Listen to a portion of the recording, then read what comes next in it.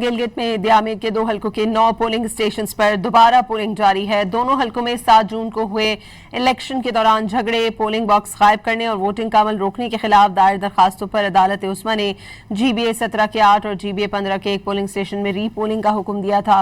मजीद जानते हैं don news के नुमाइंदे इम्तियाज अली से। जी इम्तियाज, बताइएगा।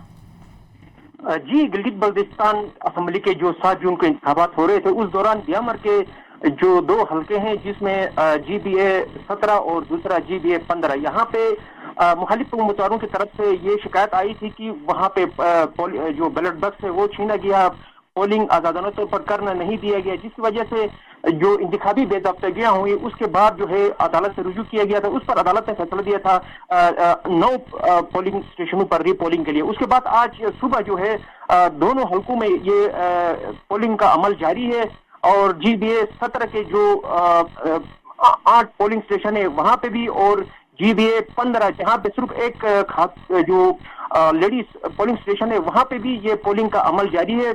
और इस वक्त दोनों हलकों में जो सिक्योरिटी की सूरत हाल है वो बहुत ज्यादा सख्त कर दी गई है और तकरीबन 600 से ज्यादा जो है Gilgit Baltistan police GB secures के एहलकारों को पोलिंग स्टेशन के अहाते में और उसके गुजरगाहों में जो है तैनात कर दिया गया है। यूं सुबह से जो वक्त मुकर्रर है उसी से अभी तक जो है वहां पे बगैर वक्फे के पोलिंग का अमल जारी है और लोगों की बड़ी जो है लाइनें लगी हुई है और गैर मामूली लोगों में जोश और खरोश देखा जा रहा है। इससे कबल अगर यहाँ पे अब हम बात करें तो GBA 17 में जो पाकिस्तान पीपल्स पार्टी के मोहम्मद नसीम है उनको 3668 वोटों से पहले से बरतरी का एक फॉर्म 45 जारी किया गया था।